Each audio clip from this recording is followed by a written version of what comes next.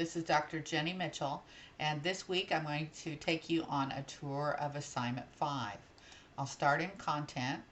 I'll remind you that there may be things in the Getting Started section that might be resources that you can use. We'll go into the week 5, and you'll notice that this week you're doing Analyze and Report. So you're using the ABC Global data, but you're going to use some of the ideas in the big data book, or perhaps some of the ideas that you've learned before, like PESTEL and Porter's Five Forces and SWOT.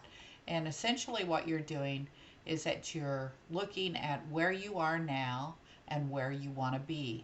That's called a gap analysis. So there's a great video that's included here in the content section that will help you turn a gap into an action plan. And so with ABC Global, they're in their first year of operation, and they have goals that have been set by management for the next year.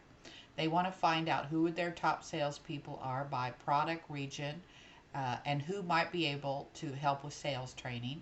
They want to grow the sales by 10%, and they want to set a minimum sales target for salespeople. And there's lots of uses with technology that you could do that, where you can show here's where your actual sales are, and this is your target.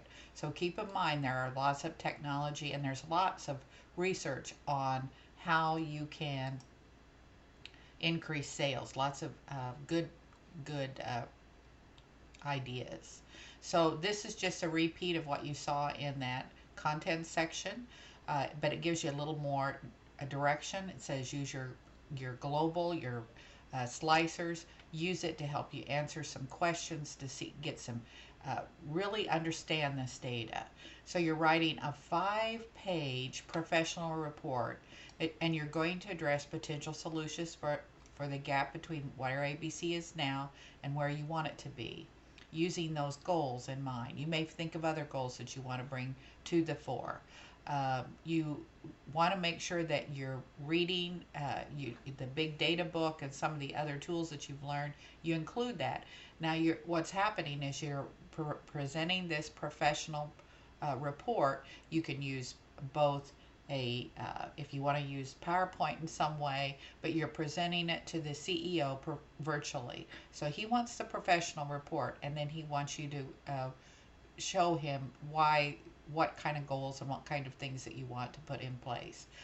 You can see here there's lots of articles available to help set up smart sales goals. So essentially when you get done with this, you've got a gap professional report. And by the way, 5 pages is not normally enough to do a gap. You can include visuals in that for professional report, and your CEO expects that. But you can also use the slicers to, when you're presenting it live to your CEO, you could use those slicers to show specific points. So the gap report has a screencast that demonstrates those findings. So you're going to post a link to the screencast and your 5-page report, and you need to do that by Friday. The other thing that you're doing is that you're I want you to start consider what your potential project proposal will look like. I've got a content section here that has some examples of students' prior work, and some of them are maybe more than what you would want to do. I kind of look at what the needs are for your particular organization.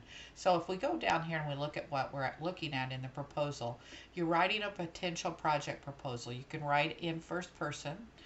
You could start with a problem, so you want to look back at your Ishikawa diagrams. You may not want to use that one. You may want to use something different. And you want to look at the elements of thought. This will help you outline when you're actually flushing out everything. It'll help you outline a good paper. In this case, I don't expect more than 2 pages. It doesn't even have to have formal sentences. You might do bullet points. But the point is, and you may even have more than one idea, and that's okay.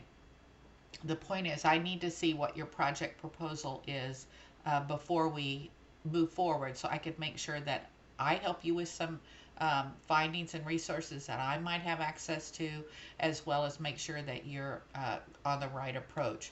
Remember that I've given you some other ideas here, but remember that it is possible, like I say, to have more than one project that you want to present. But if you have more than one project, you would actually have to give me two potential project proposals.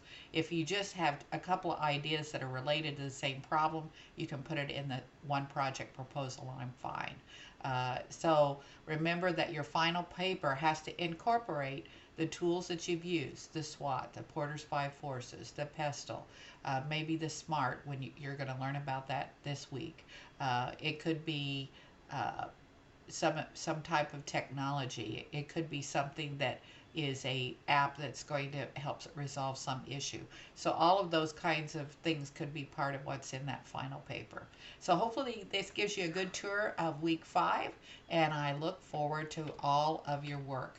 Thanks for coming.